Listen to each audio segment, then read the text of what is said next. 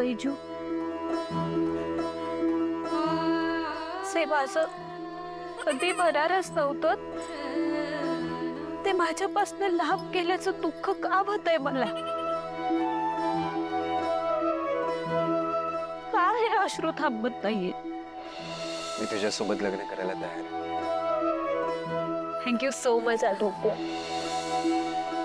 एक नाही एक दिवस हे घडणारच होता। माझं हे बाबड सपन कधी ना कधी मोडणारच होतं। मग ह्या समजायचं का त्रास होतोय मला? मी माझ्या स्वप्नात एवढे रोवले होते की खरं काय आणि खोटं काय याचं भान हरपून गेले होते।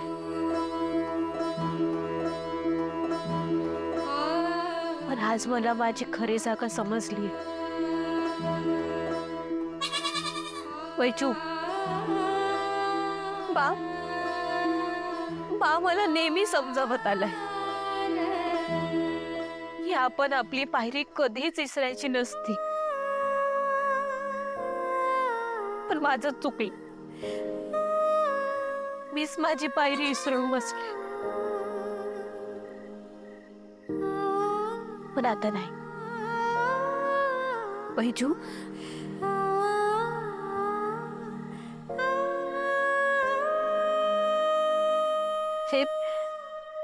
हे मंगळसूत्र हेच माझ्या आयुष्याचं सत्य आहे। काय बी झालं तरी ते माझ्या गळ्यातनं मी काढणार नाही, कायम माझ्या सोबत ठेवणार।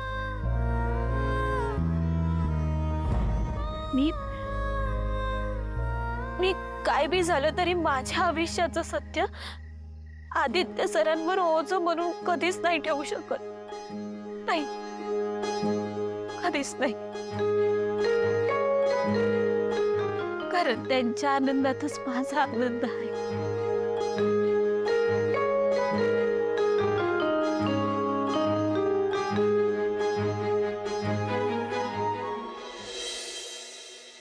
काल आपल्या सगळ्यांच्या लाडक्या आदित्यचा वाढदिवस होता आणि काल त्याच्या आयुष्यात त्याच्या होणाऱ्या जोडीदाराचा प्रवेश सुद्धा झालाय। ही आहे किर्लोस्करांची थोरली सून अनुष्का।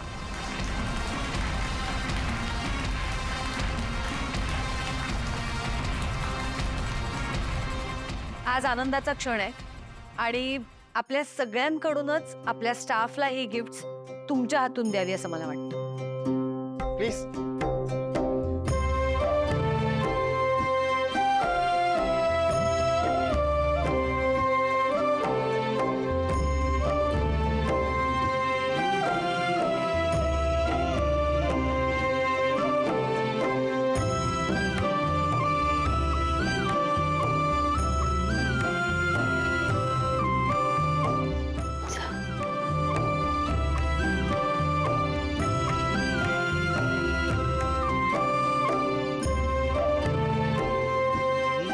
थँक्यू।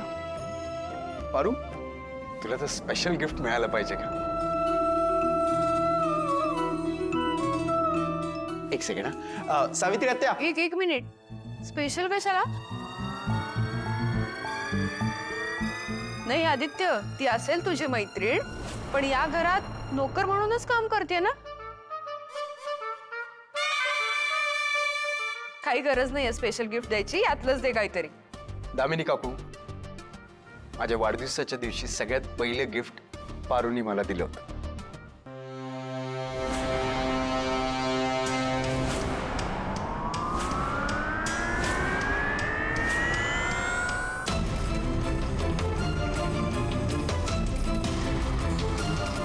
भारत, आदित्य सरांचा वाढदिवस आहे ना, मग आपण त्यांना काहीतरी गिफ्ट द्यायला पाहिजे ना। ऍक्च्युली काय झालं की पारू रोज जास्वंदीचं फूल घेऊन येते माझ्यासाठी, आणि नेमकी काल ती विसरली, म्हणून मी तिच्या बोटातली ही अंगठी गिफ्ट म्हणून काढून घेतली। आदित्य, मान्य आहे पारू तुझी मैत्रीण आहे, पण एखाद्या मुलीच्या हातातून अशी अंगठी काढून नसते घ्यायची।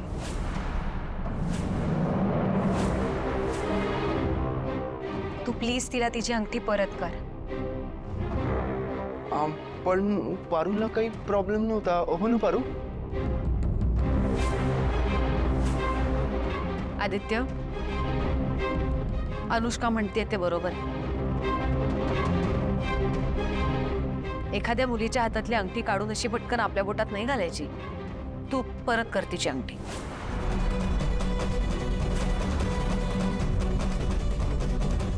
ओके.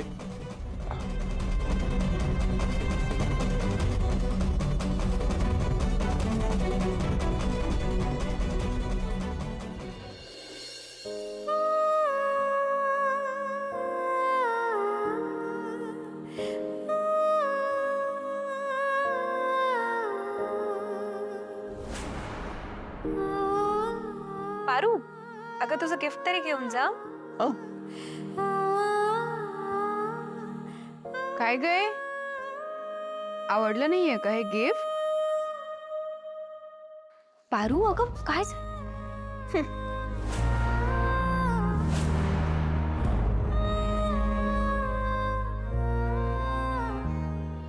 डोंट वरी, आपण पारूसाठी काहीतरी स्पेशल गिफ्ट घेऊया. ओके?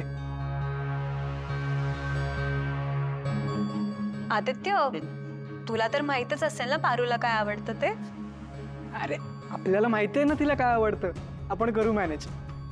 हा या, आपण करूया मॅनेज. मामा प्लीज द्या.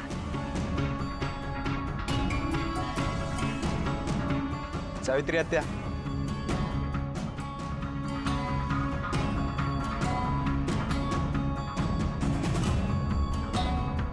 पारूला काय गिफ्ट दिलंय बघते.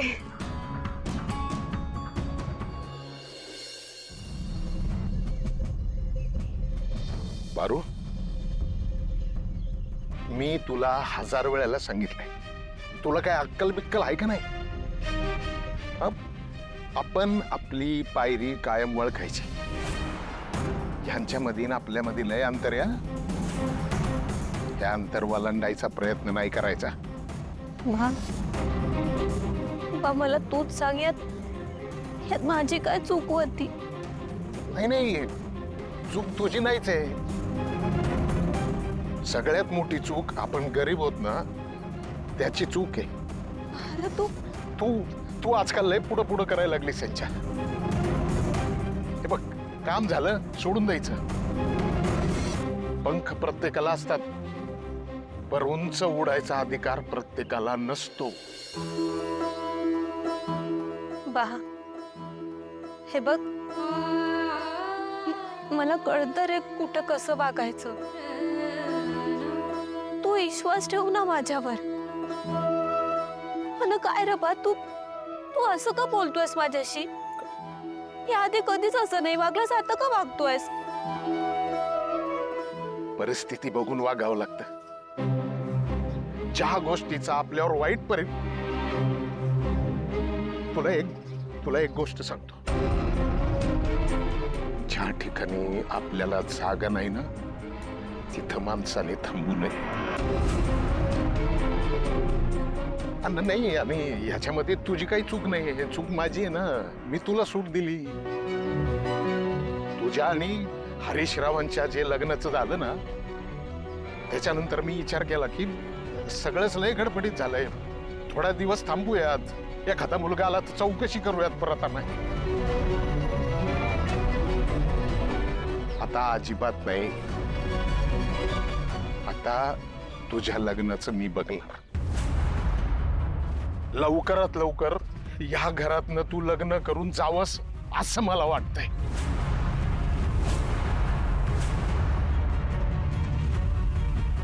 किर्लोस्कर कुटुंब, अहिल्यादेवी यांची सेवा झाली ना, आता बास बास.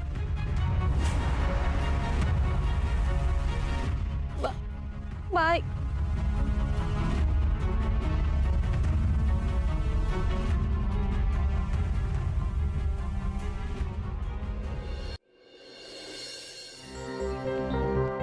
दरवेळेला इथे एक ज्योतिषी बसलेले असतात.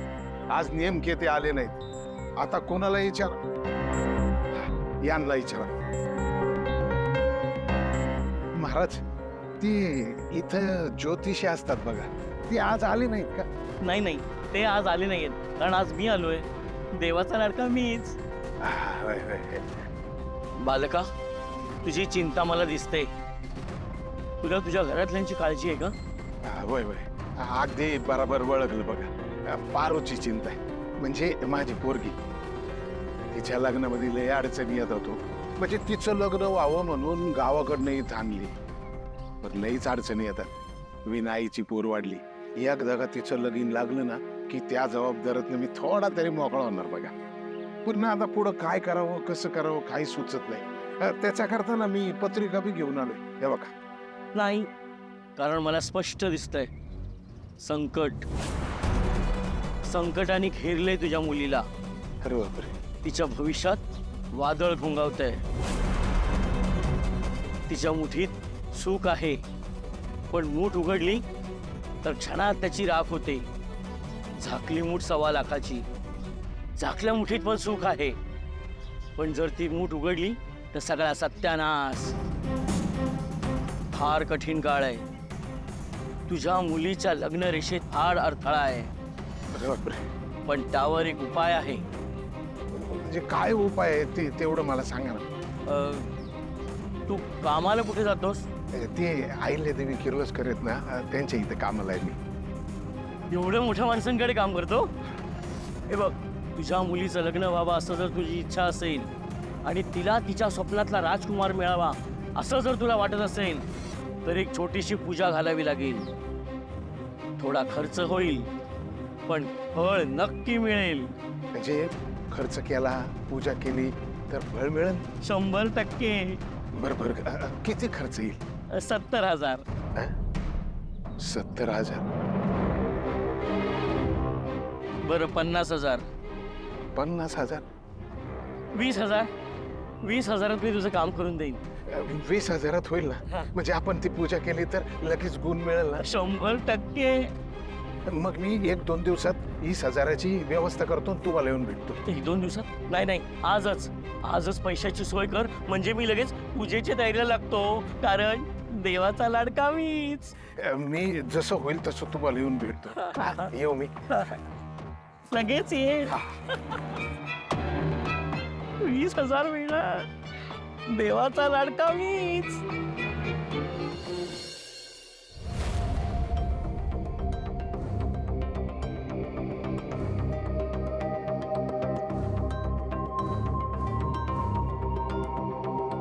फायनली.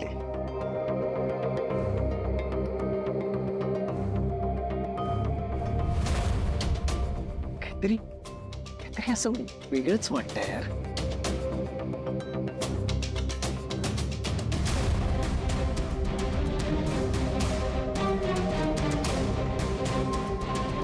आईने उगाच मला पारूला ती अंगठी परत द्यायला लावली. पारूने किती प्रेमाने दिली होती ती. मीच घेतली होती तिच्याकडून काढून, पण तिला पण खूप बरं वाटलं होतं ते.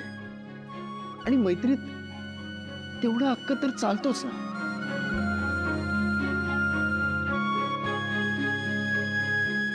It's okay.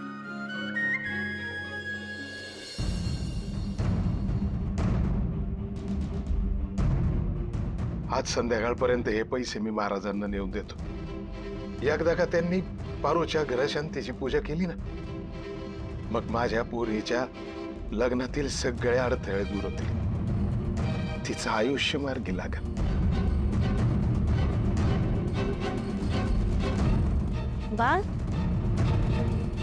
बाहेर एवढे पैसे कशा पायी? नाही म्हणजे काही अडचण आहे का? हा, नाही म्हणजे मला अडचण नाहीये, माझ्या एका मित्राला अडचण आहे. त्याला पाहिजे उधार. त्याची बायको ऍडमिट आहे ना, त्या हॉस्पिटलचं बिल भरायचंय. हा, म्हणजे त्या काशीनाथ काकांना पाहिजेत का? त्यांची बायको आजारी आहे माहित आहे मला.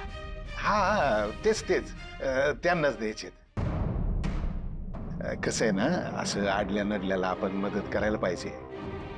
आणि हा पारू, ते जर कुठं रस्त्यात तुला भेटले ना तर ह्या पैशांबद्दल त्यांना काही विचारू नका, वाईट वाटेल त्यांना.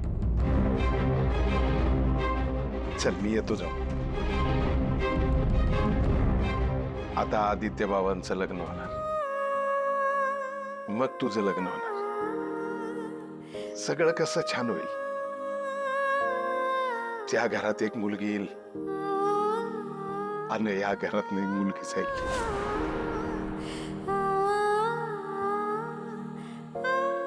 चल आलो.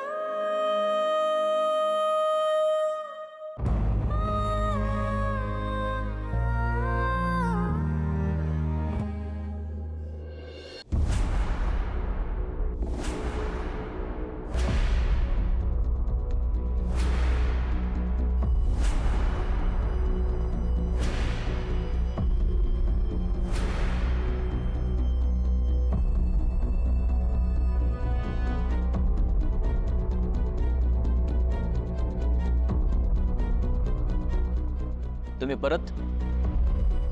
हो, पुन्हा भेटायचंय. पुन्हा भेटायचं. ठीक आहे.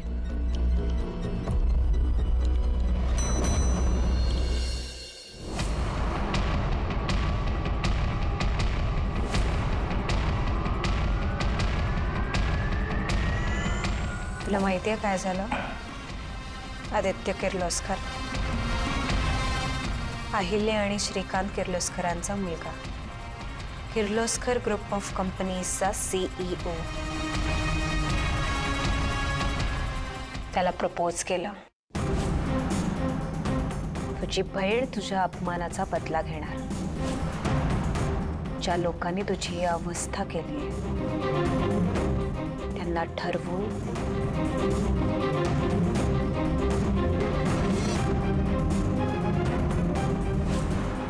संपवणार.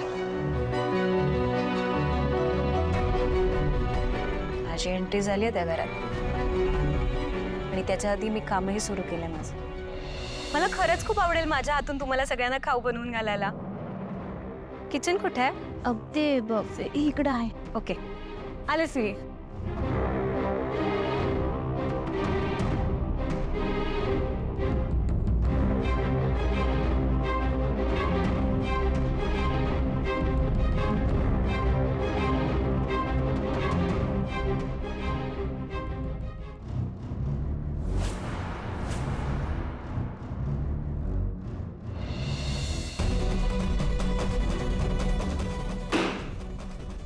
त्या मकरंदला मी अहिल्याला मारायची सुपारी दिली होती.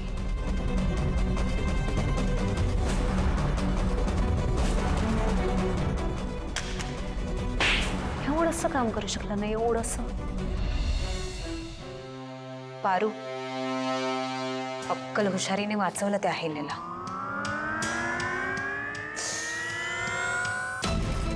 मकरंद पकडला गेला आणि पोलीस माझ्यापर्यंत पोहोचू नये म्हणून मी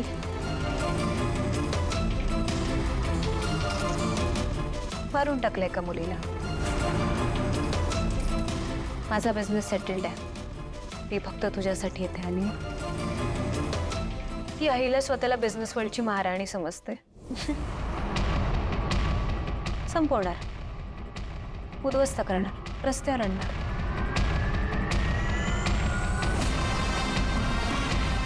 प्लॅन फिसकटवला ना तुझा. आदित्यने त्रास दिला तुला.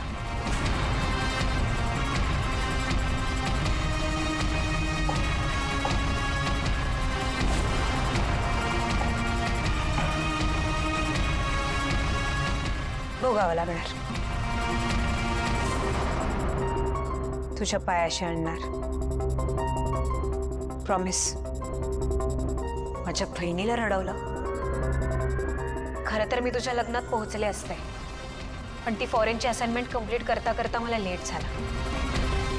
तूपर्यंत घेरलं होतं त्यांनी. कुत्र्यांच्या तावडीत सापडली होतीस तू. आदित्य फक्त मीच नाही तर या पारू बरोबर सुद्धा काहीही झालं तरी तू तिच्यावर हात उचलायचा नाहीस. एक्झॅक्टली.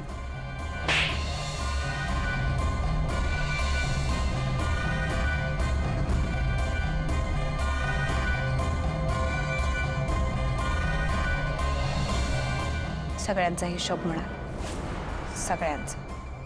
सगळ्यात आधी ती पारू.